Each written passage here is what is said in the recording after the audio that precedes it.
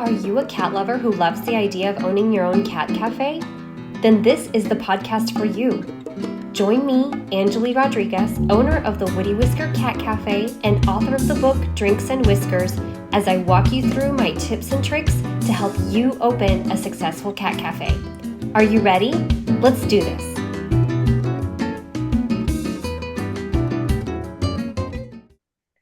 Hi, everyone, and welcome to the Drinks and Whiskers podcast, the place to be to get the inside scoop on what it's like to open and run a successful cat cafe. I'm your host, Angeli Rodriguez, and I'm so excited to introduce today's guest on the podcast, Ashley Brooks. Ashley is the owner of Pounce Cat Cafe. Pounce has the special distinction of being one of the few cat cafes to have not just one, but two locations in the beautiful historic towns of Charleston, South Carolina, and Savannah, Georgia. Welcome to the show, Ashley, and thank you so much for being here today. Absolutely. Thank you for having me. I'm super excited. Oh, good, good, good. So I have had the pleasure of visiting Pounce in Charleston, and I absolutely loved the beautiful aesthetic and the calm atmosphere that was in the cat cafe. Um, I have a couple questions for you. So how did you get started with cat cafes? Um, so it kind of dates back like even before I had the idea for Pounce. I had seen cat cafes online, like on BuzzFeed and stuff like that, when I was in college, and I always thought it was the coolest idea. And at the time, they only existed over in Asia. And so I was like, man, it really sucks that there's not one in the United States. Mm-hmm. And I ended up graduating from college. I went to GW in DC for grad school. And while I was there, a cat cafe, Crumbs and Whiskers, ended up opening. And Mm-hmm. I remember seeing stuff like on the news about it. And I was like, oh my God, I have to work there. And so I applied and they hired me. And I ended up working at Crumbs and Really? Whiskers for my like last year of grad school. And at that point, I kind of realized, like, I don't know if I really want to stay in DC. I kind of want to go back Mm-hmm. to Charleston, where I'm from, but I love this concept so much. And I think I can do it and with Mm-hmm. wine. And so from there, while I was still in grad school, I made a Kickstarter, raised some money because at that time I was 23 and had no Yeah. idea what I was doing, had no money. And also had no idea really if Charleston was interested in the idea of a cat cafe. Yeah, Unfortunately, I it's feel like the true. South is kind of sometimes a little behind with trends and stuff like that. I don't know if people would Mm, think it's gross to have like cats and food and all of that all together. right. But the Kickstarter was very successful. And from there, found a location and opened, and the rest is history. I love it. That's right, cat puns. I love them. Yeah, That's such a good story. I didn't know that you got to work at Crumbs and Whiskers. That was the one that did. inspired me as well. My mom gave me an article about the girl who opened it, and I was like, I want to be her when I grow up. So Yeah. Ashen that's is a powerhouse for sure. I She love has a it. background in business and a huge love for animals. And so she was a great person to learn from. And it was also great to be there from the very beginning. Like, I Yes. got hired even before our opening day. So I got to come help like paint the cafe and really see the behind the scenes and all of that Wow. and really get to like work with her. So that was really cool and very helpful, I think, for continuing on and starting my own. That's great. So you got like the inside scoop even before Yeah, kind yeah, of, but there's still, I mean, even when you work somewhere and you kind of see how everything runs, there's the whole back end and business part of it that um you don't really get to see and you kind of have to like learn on your own. sure, But it was sure. still an amazing experience for sure. Wonderful. And so you mentioned Kickstarter. I know that a lot of the questions that I get from people who want to open their own cat cafes is, funding.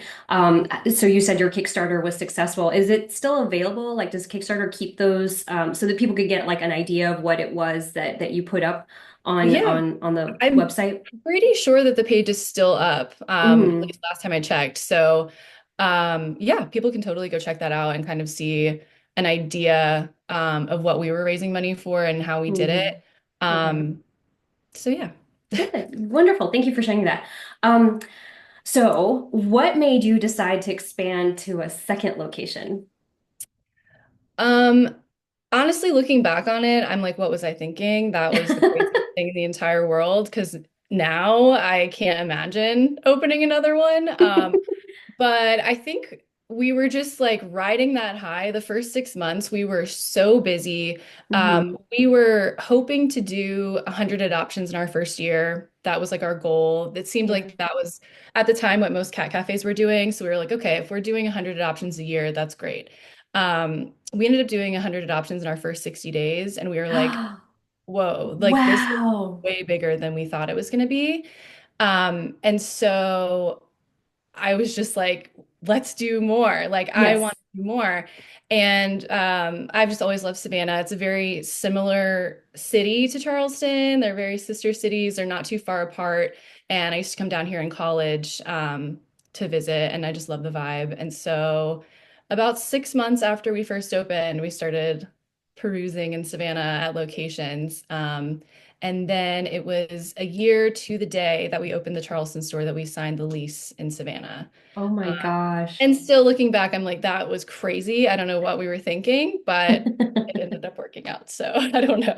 That's wonderful. So, Yeah. how do you manage two locations right now? You must have somebody, you can't be in two places at once. So, do you have like a someone that you have that can take care of things while you're not in town? Like, are you on site at one or the other every day? Like, how does that work? Yeah, I live in Savannah now, so I'm Okay. here majority of the time. And then I have a really wonderful manager, two managers actually running Hmm. the Charleston store.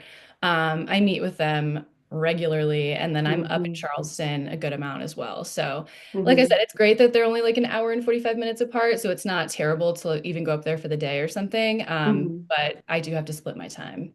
Absolutely. Okay. Well, thank you for sharing that. That's really Yeah. interesting information to have. Are you planning on expanding further or no? No. You're done. Um, It's like it's having another funny. I know kid. you're in St. Augustine. In January of 2020, we were actually like, maybe a third Uh-huh. one, maybe St. Augustine, since everything's like 2 hours away, Yeah, and St. yeah. And Augustine all is historic Southern, right. yeah. Um, and honestly, thank God that COVID happened and we did not do that because I can't Hmm. imagine at this point having to manage and take care of three stores. Like, Right. it's just crazy. Yeah. Um, but yeah. Yeah. I We know were people. thinking about it, but I have absolutely no plans to Okay. anymore. Fair enough. Fair enough. So what do you find most exciting about owning your own business and your own, cat cafe?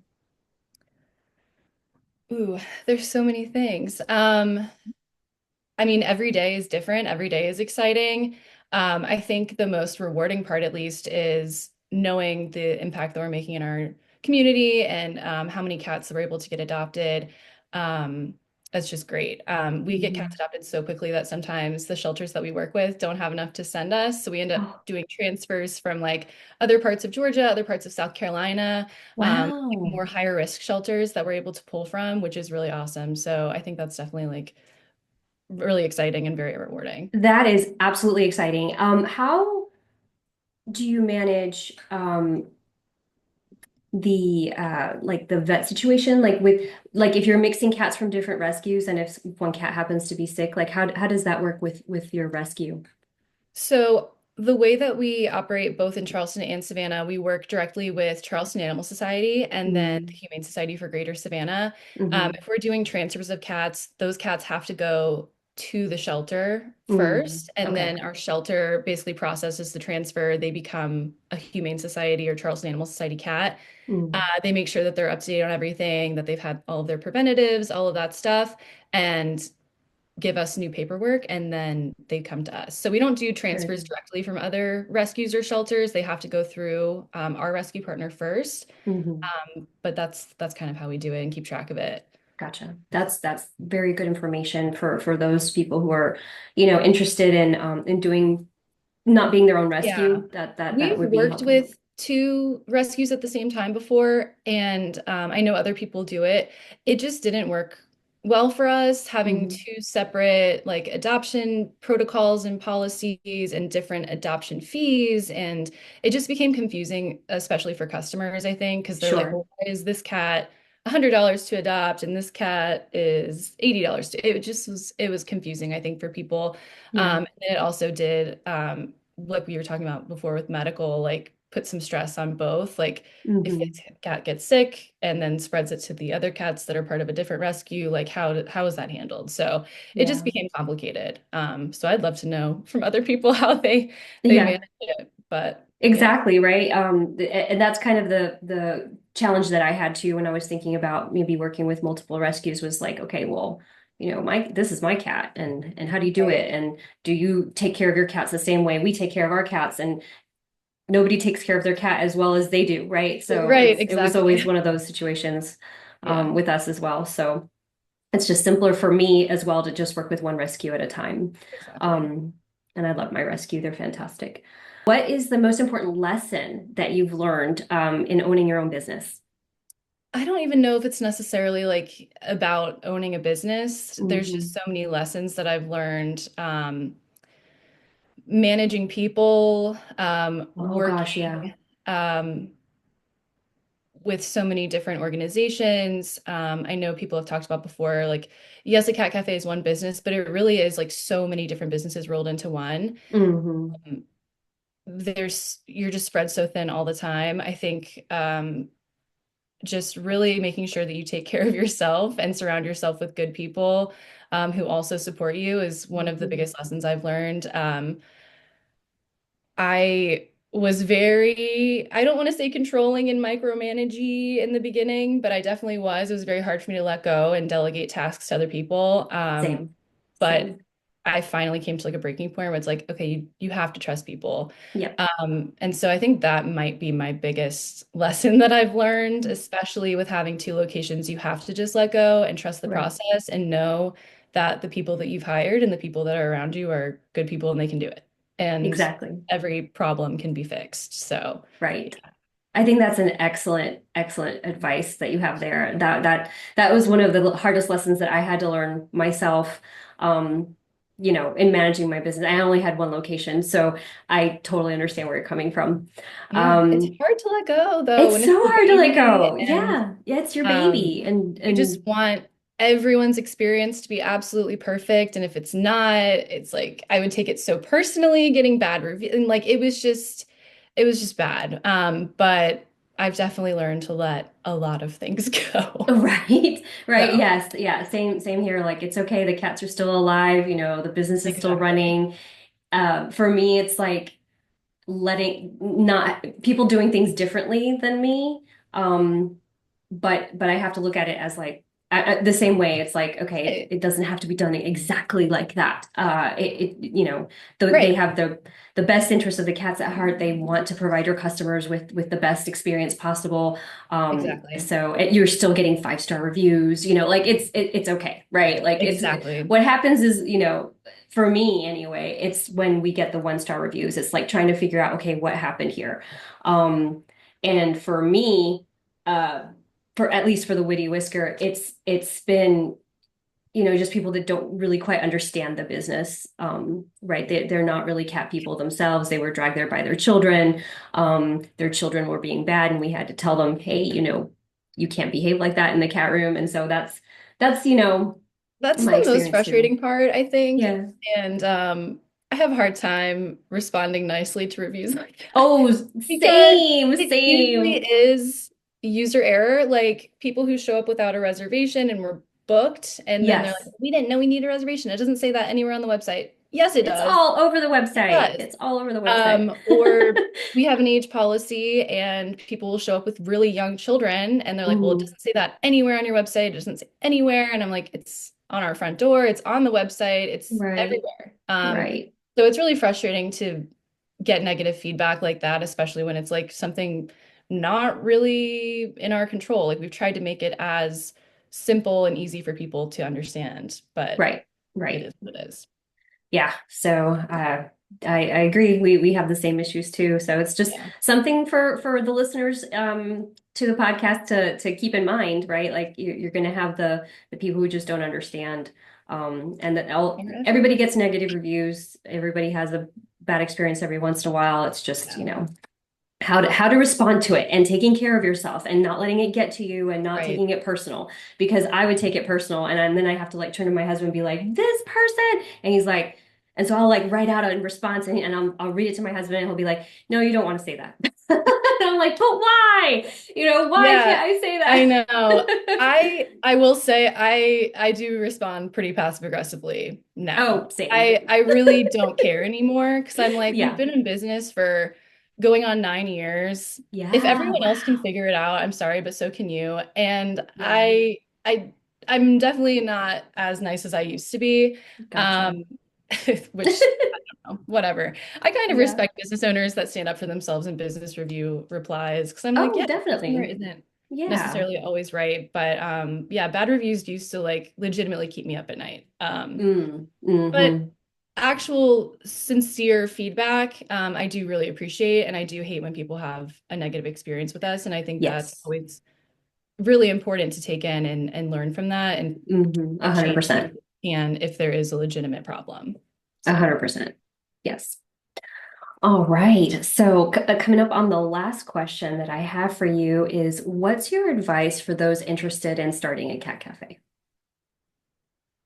Where do I start? Narrow I think the it biggest, down to three, maybe three things. yeah, the biggest piece of advice I have, I think, is really doing your research on where you're located and where you want to put your business.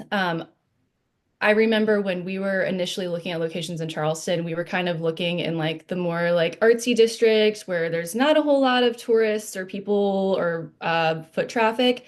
And I am so glad that we ended up not going there. But we were thinking like, oh, it's a cat cafe. This is so cool. Like Mhm. if you build it, they will come. Like people will seek this out. But in reality, most people are not actively searching for a cat cafe. Mhm. But when presented with the idea, they're like, oh my gosh, and they see the cats in the window and they've got to come in. I would say just definitely make sure you're in a spot where you're near other really popular businesses, you're near somewhere that, or like in a downtown area with foot traffic, stuff like that because I do feel like people a lot of times make the mistake of signing a lease somewhere that's not the most suitable, and then they end up not Mhm. getting as much business, and then end up not being here anymore, which is really Right. a bummer. We also made sure that we were obviously in like a downtown area with foot traffic, but also there's a college nearby. So there's always college students who like can't have pets and love to come in. So there's always this like customer base, and Charleston and Savannah are also huge tourist cities, which St. Augustine is as well. So Yes. there's Yes. always new people. It's pretty much warm all year round. So we've got like year-round tourism. So there's always people looking for something fun to do when they're visiting Savannah or Charleston. Hmm. Um, so I think that's also important too, is like where like what kind of need are you filling and like Yes. what is your customer base?